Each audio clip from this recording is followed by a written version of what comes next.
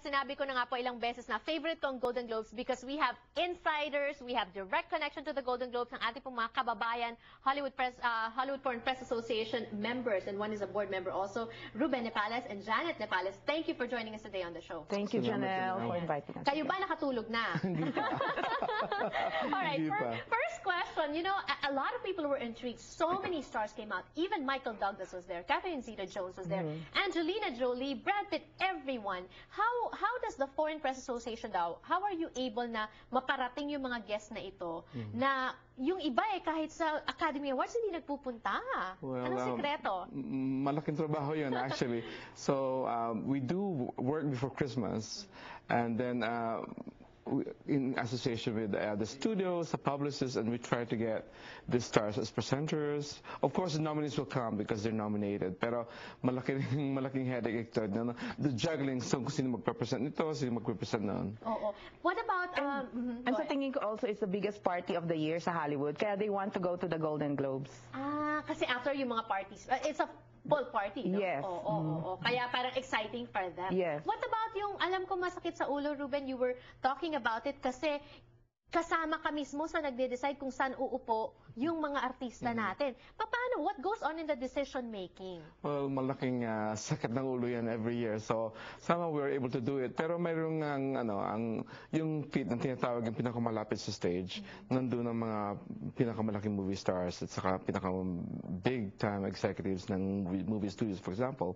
So, the other elevations, pasunod na, doon na yung ibang pataas ng pataas. Yes, okay, yes. may mga nagsasabi, bakit daw hindi sana nilagay na lang yung mga nominees sa mga malalapit na tables kasi may yung mga iba nanggagaling pa sa likod. Oo. Well, ang mga nominees sa TV, for example, nandun sila sa taas. So, medyo ang movies nasa baba. Then, yung mga siguro ang mga nakikita nila mataga bago umakyat yung mga galing sa TV.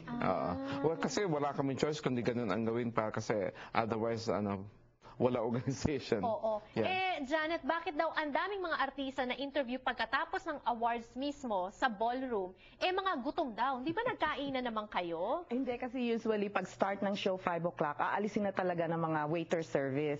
So you have to be there at least 5 o'clock or before. Yung ibang stars, late sila dumating dahil in-interview pa sila sa red carpet. Okay. Kaya nagmamadali sila. So by the time na dumating sila, wala na yung pagkain nila. But may pagkain naman dun sa back at the bar area. There's also sandwiches and other stuff. At saka may Godiva chocolates. Yes. Yun na lang ang ginawang dinner. Okay, ito naman ang pinag-uusapan ng lahat. Ricky Gervais, what are your thoughts on that? Did he cross the line? Well, we know Ricky's brand of humor, so we took a gamble on him last year, and we took a gamble on him this year. And well, siguro nga some of the jokes were mean-spirited, kumbaga. So that's the gamble we took, and we know his humor. So based on the reaction, titignan natin kung anong decision namin para sa next year. Okay, ad-lib ba yun, Miss J, o scripted ba yung lahat ng yon? Part of it is scripted, part of it is ad-lib. Depende kung ano nangyayari dun sa event right there. Okay. So, depende. Katulad yung sinabi niya na The Tourist, na wala namang may nakialam sa The Tourist kasi wala namang nanood ng The Tourist. Yeah. Tapos sinabi niya na si Robert Downey Jr., napakaraming pelikula, binanggit niya yun, pero mas kilala because of Betty Ford Clinic at Los Angeles County Jail. Yung mga ganun ba, may mga nag-approve ba nung ganung linya? Well, yung mga halos lahat ng sinabi niya actually is scripted. Oh. So, katulad HFPA, yung mga members na karamihan sa members na deport or yes.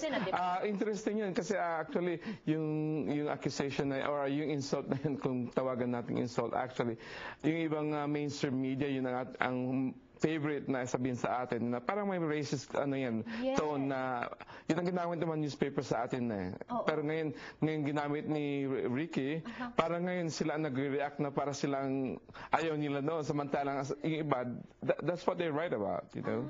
Kayo mismo, yung ibang mga members mismo ang nagsusulat ng gano'n? No.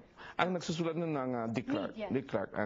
But I'm saying yung mga mainstream media dati, ang kanilang mga attacks sa amin, yun na puro may pagka-racist ng konti porque mga foreign journalists kami.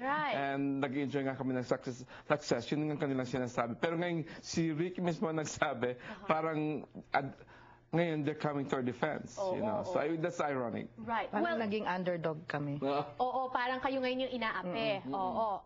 Versus Ricky Gervais na okay. So kung ikaw mismo masusunod, gusto mo pa ba siya umulit next? Kasi sinabi niya hindi na siya uulit eh. Twice is too much sinabi niya. So sa tingin mo ba, decision ba niya yon o talagang nahiya na din siya dahil sa dami ng mga criticisms? Kung ako tatanungin siguro, I mean, ang decision na yan gagawin namin sa bandang huli ng taon, pag malapit ulit ang Golden Globes. Pero siguro kung tatanungin siguro hindi na dapat. Oo, iba naman. Iba naman. Yan. Aabangan naman yan ng mga tao kung sino susunod na mag-MC ng 69th annual 69th na agad. Which brings me to my next question. How soon after do you plan for next year? We're gonna be talking about that and more. Kung ano naman mga nangyari sa parties. Alam nyo ba na may nakasayaw na super gwapong star? Si Miss J. We'll show you the pictures when we return. Don't go away.